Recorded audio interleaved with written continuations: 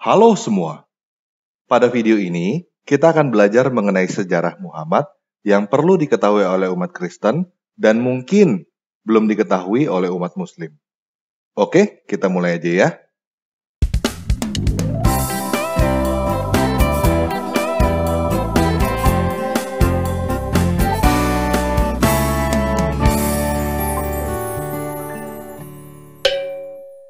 Nah, menurut tradisi, Muhammad lahir pada tahun 570 Masehi dari seorang ibu yang bernama Aminah di Mekah.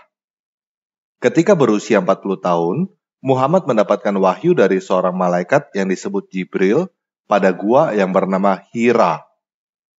Pada tahun 622, dia pindah dari Mekah ke Madinah. Peristiwa ini disebut hijrah dan umat muslim menghitung tahun mulai dari peristiwa ini. Kemudian, Muhammad berhasil mengislamisasi dan mempersatukan seluruh suku Arab. Muhammad meninggal pada tahun 632 dengan mempunyai beberapa orang istri, di antaranya bernama Zainab dan Aisyah. Nah, semua data yang barusan kita dengar didapat dari referensi yang disebut dengan hadis. Sederhananya, hadis adalah biografi tentang Muhammad. Salah satu hadis yang tertua dan paling terkenal adalah hadis Sahih Al-Bukhari yang selesai ditulis sekitar tahun 846, 212 tahun setelah Muhammad meninggal. Menurut tradisi, biografi pertama tentang Muhammad ditulis oleh Ibn Ishaq pada tahun 767, 135 tahun setelah Muhammad meninggal. Namun, biografi ini hilang.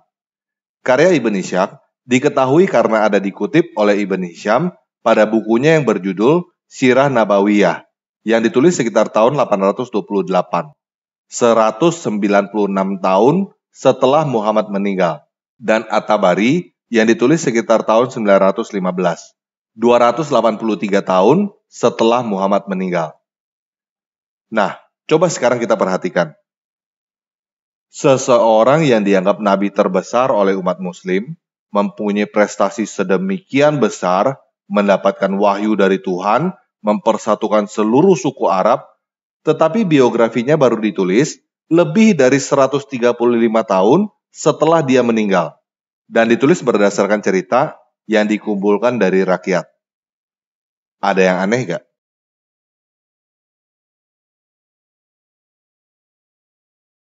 Oke, kalau kamu belum perhatikan ada yang aneh, saya mau memberikan tambahan informasi.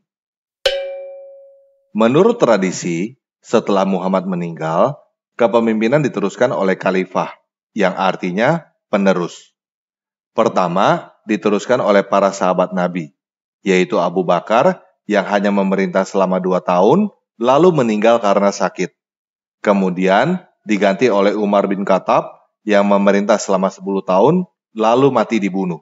Kemudian diganti oleh Utsman bin Affan yang memerintah selama 12 tahun, lalu mati dibunuh dengan mengenaskan.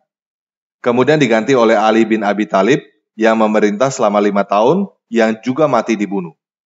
Nah, dinasti atau kekhalifahan para sahabat Nabi yang disebut Rasidun ini tumbang pada tahun 661 dan digantikan oleh dinasti lain yang disebut dengan kekhalifahan Umayyah yang dipimpin oleh keluarga Umayyah turun-temurun selama 90 tahun. Pada tahun 750, dinasti Umayyah tumbang dan digantikan oleh dinasti lain yang disebut kekhalifahan Abbasid. Nah, biografi pertama Muhammad ditulis oleh Ibn Ishaq pada tahun 767. Jadi, selain berjarak 135 tahun, juga sudah 2 kali berganti dinasti. Semua cerita tentang Muhammad ditulis pada zaman dinasti Abbasid. Kalau teman-teman perhatikan, tentunya akan timbul pertanyaan, kenapa semua cerita tentang Muhammad baru ditulis pada zaman Abbasid? Apakah dinasti Rasidun dan Umayyah yang sedemikian besar tidak punya satu orang pun yang mau menulis tentang sang nabi besar? Atau semua catatan tentang Muhammad dari dinasti Rasidun dan Umayyah dibakar semua dan diganti oleh versi dari Abbasid? Atau memang semua cerita tentang Muhammad baru dikarang oleh dinasti Abbasid?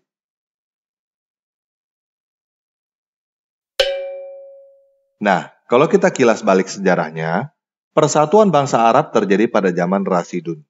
Kemudian, wilayah kekuasaan mencapai puncaknya pada zaman Umayyah.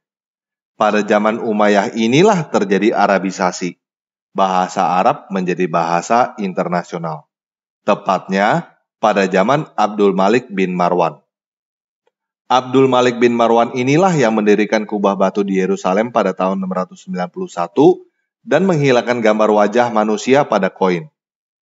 Ayahnya Abdul Malik, yaitu Marwan, mempunyai ibu yang bernama Aminah, mempunyai banyak istri yang diantaranya bernama Zainab dan Aisyah. Apakah Marwan mempunyai nama ibu dan beberapa istri yang sama dengan Muhammad cuma kebetulan? Atau jangan-jangan Muhammad adalah sebuah gelar yang digunakan oleh banyak pemimpin Arab pada zaman itu? Nah, sepeninggalan Abdul Malik, terjadi jurang pemisah yang cukup besar antara orang Arab dan non-Arab, sehingga terjadi kerusuhan di mana-mana.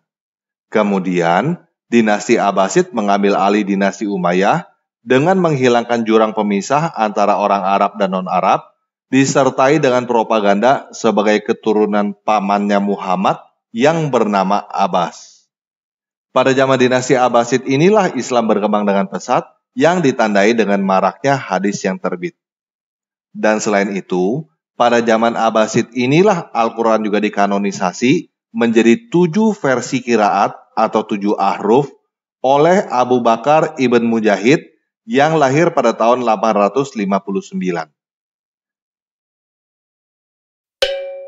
Nah, sebagai tambahan informasi, di dalam hadis Sahih Al-Bukhari nomor 6, nomor 2756, nomor 4188, hadis Muslim nomor 3322, terdapat catatan mengenai surat Muhammad kepada Kaisar Romawi Heraklius. Di dalam hadis-hadis itu, tercatat Kaisar Romawi Heraklius mengenali Muhammad sebagai Ibnu Abu Kabsyah, artinya anak Abu Kabsyah. Dan di dalam terjemahan hadis Muslim yang saya dapatkan, jelas tertulis bahwa Ibnu Abu Kabsyah maksudnya adalah Rasulullah atau Muhammad itu sendiri. Nah, sebelum adanya dinasti Rasidun, ada seseorang yang bernama Iyas ibn Kabisah yang menjadi gubernur di daerah Al-Hira. Al-Hira terdengar mirip ya dengan Gua Hira. Al-Hira ini sekarang bernama Kufah di Irak. Dulu, Al-Hira ini adalah ibu kota kerajaan Lakhmid sebelum Islam dan ibu kota dinasti Abbasid. Iyas ibn Kabisah artinya adalah Iyas anak Kabisah, dan dia adalah orang Arab dari suku Tayaye. Kemungkinan besar, Iyas ibn Kabisah ini adalah pemimpin Tayaye, dan sering disebut yang terpuji. Yang terpuji Iyas ibn Kabisah, dan yang terpuji itu bahasa Arabnya adalah Muhammad. Tetapi yang menarik adalah, Iyas ibn Kabisah ini adalah orang dinasti Persia Sasanid. Dia adalah gubernur dan hidup pada zaman Kaisar Heraklius. Jadi, tidak heran bila dia menulis surat kepada Kaisar Heraklius. Namun, dia tidak lahir di Mekah dan dia adalah seorang Kristen. Jadi, ada kemungkinan Muhammad itu adalah sebuah gelar yang artinya terpuji yang dipakai oleh banyak orang. Mulai dari Iyas ibn Kabisah, Marwan, Abdul Malik, dan lainnya. Seperti halnya Firaun, yang juga adalah gelar yang dipakai oleh banyak pemimpin di Mesir zaman dulu. Dan mungkin aja, pada zaman dinasti Abbasid, semua cerita rakyat tentang siapapun yang mempunyai gelar Muhammad, entah itu Iyas ibn Kabisah, entah itu Marwan, entah itu Abdul Malik, dikumpulkan dan dibukukan menjadi yang kita kenal dengan sebutan hadis. Mungkin aja para pengarang hadis itu awalnya hanya bertujuan untuk mengumpulkan dongeng atau komik seperti halnya Marvel dan DC. Namun, cerita-cerita tersebut diterima dengan luar biasa dan dianggap sebagai kebenaran sampai sekarang. Dan mungkin juga kata Islam dan Muslim adalah istilah baru yang dimunculkan pada zaman dinasti Abbasid sebagai cara untuk mempersatukan orang Arab dan non-Arab. Semua ini masih kemungkinan, Namun, yang pasti, semua cerita tentang sang Nabi Muhammad itu diterbitkan pada zaman dinasti Abbasid. Nah, coba sekarang saya mau tanya kamu. Apakah kamu beragama untuk beriman kepada dongeng?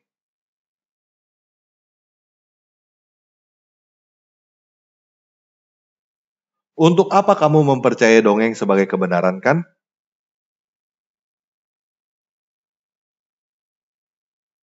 Kalau kamu sudah sadar bahwa apa yang kamu imani hanyalah dongeng, apakah kamu masih belum mau murtad? Nggak usah buang waktu untuk beriman kepada dongeng. Kamu bukan anak kecil kan?